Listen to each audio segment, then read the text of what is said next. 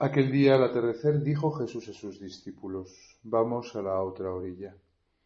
Dejando a la gente se lo llevaron en barca como estaba. Otras barcas lo acompañaban. Se levantó una fuerte tempestad y las olas rompían contra la barca hasta casi llenarla de agua. Él estaba en la popa dormido sobre un cabezal. Lo despertaron diciéndole: Maestro, ¿no te importa que perezcamos? Se puso en pie, increpó al viento y dijo al mar: Silencio, enmudece. El viento cesó y vino una gran calma. Él les dijo: ¿Por qué tenéis miedo? ¿Aún no tenéis fe? Se llenaron de miedo y se decían unos a otros: ¿Pero quién es este? Hasta el viento y el mar lo obedecen. Palabra del Señor. Gloria a ti, Señor Jesús. Pues las lecturas de hoy nos hablan de tormentas. La primera lectura comienza diciendo: el Señor habló a Job desde la tormenta. Y en el Evangelio acabamos de leer este famoso pasaje de los discípulos atravesando el lago de Genesaret, que era tan grande que también lo llamaban el mar de Galilea, ¿no? Y se levantó una fuerte tempestad, ¿no? Por tanto, la tempestad y la tormenta, que es aquello que no controlamos nosotros, ¿no? De alguna manera es lo que subraya las lecturas de hoy. Bueno, obviamente la tempestad y la tormenta tiene que ver con, pues no solamente con algo físico, que también, ¿no? Obviamente uno se imagina estar en una tempestad en medio de un lago que es como un mar, ¿no? Y al final, bueno, pues físicamente uno tiene miedo de que peligre su vida, ¿no? Pero en la primera lectura no está haciendo referencia a una tempestad física, no está haciendo referencia a una tormenta interior. Job, el libro de Job que conocemos, ¿no? Da a entender pues que en un momento dado de la vida Job, precisamente por ser fiel al Señor, precisamente por experimentar la prueba de fe a la cual el Señor le somete, ¿no? Instigado por el diablo, ¿no? En el primer capítulo de Job se ve cómo el diablo instiga, ¿no? La prueba, ¿no? Y Dios, confiando en la fidelidad de Job, permite, ¿no? Que Job entre en la prueba, pues se ve atormentado por todos los males físicos, ¿no? E interiores que llega a padecer, ¿no? Por tanto, también nosotros podemos vernos como muy reflejados aquí, en nuestras tormentas interiores, en las tempestades que Dios permite que atraviese pues nuestra alma, que atraviese la Iglesia también, ¿no? Que es como esa barca en medio del mar que quiere llegar a la otra orilla de la vida eterna y donde Dios a veces duerme, como en el Evangelio.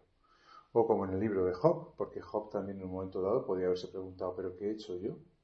Si yo he sido fiel al Señor, si en todo momento he querido servirle, si yo no me he apartado de Él, ¿por qué a mí se me castiga de este modo, no?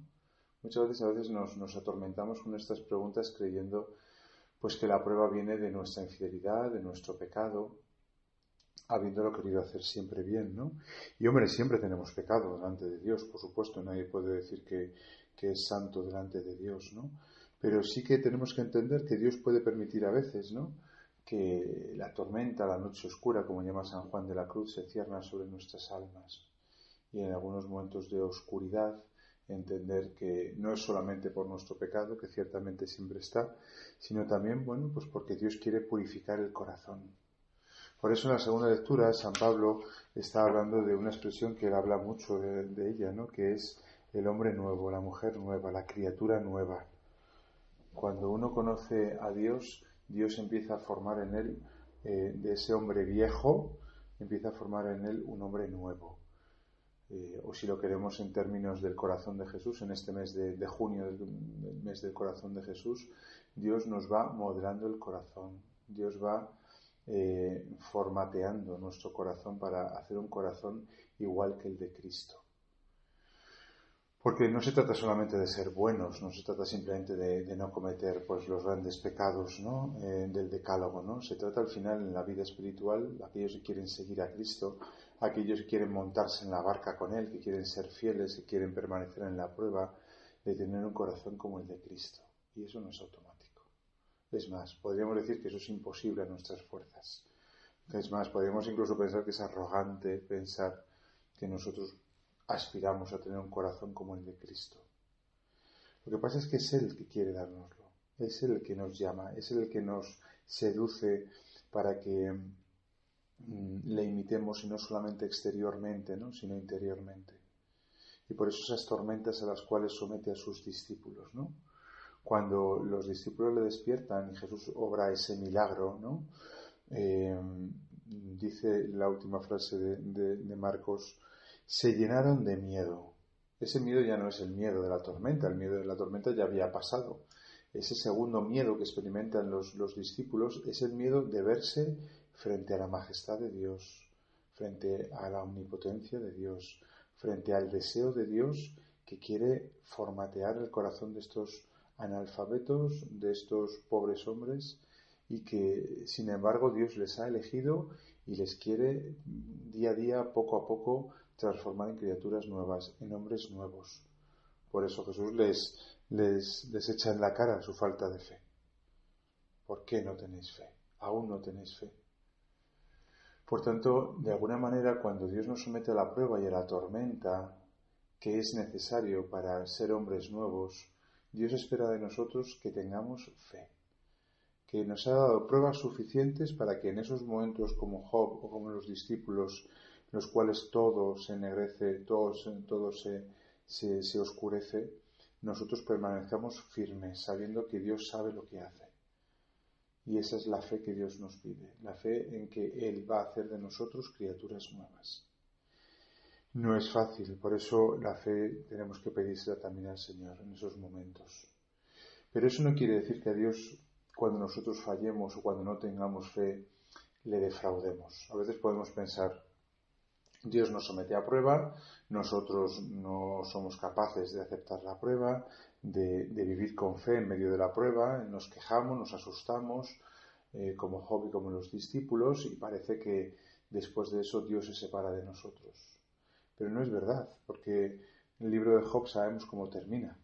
De alguna manera Dios le agrada la persona de Job, porque es propio del hombre en la debilidad, cuando es sometido a la prueba, pues no encontrar fuerzas. Es propio casi quejarse a Dios, ¿no? Lo que pasa es que tenemos que aprender a quejarnos rezando, como hacen los salmos, que son quejas, podríamos decir, pero desde la oración. En el fondo, la queja de Job, ¿no?, agrada a Dios porque es una oración. Es una oración en la cual está roto y muestra de alguna manera los límites de su fe.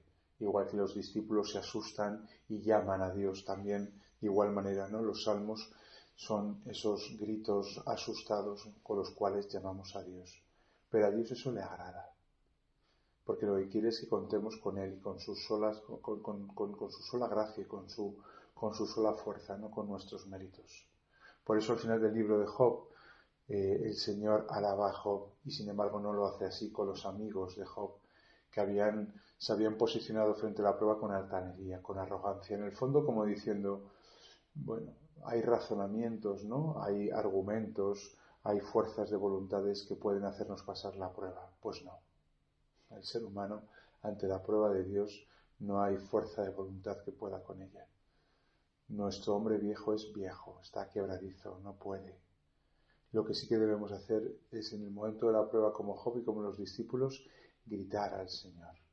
Aunque suene a queja, pero implorarle a Él, pedirle a Él, suplicarle a Él, quejarnos a Él.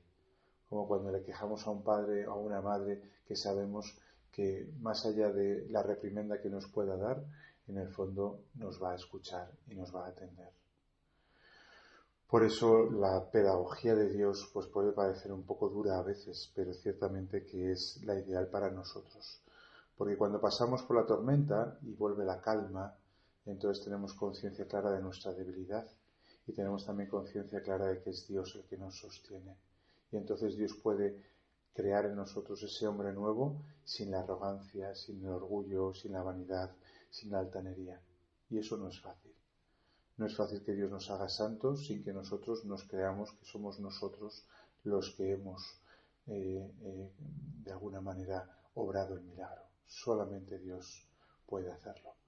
Y nosotros en los momentos de tormenta, cuando estamos experimentando ese trasplante de corazón, podemos y debemos, ¿no?, gritarle, quejarnos a Él, eso sí, siempre a Él y solo a Él. Que el corazón de Jesús en este mes de junio nos conceda este deseo de parecernos cada vez más a Cristo, aunque suponga eso para nosotros pues un dolor, una tormenta, sabiendo que Dios quiere hacernos criaturas nuevas. Que así sea.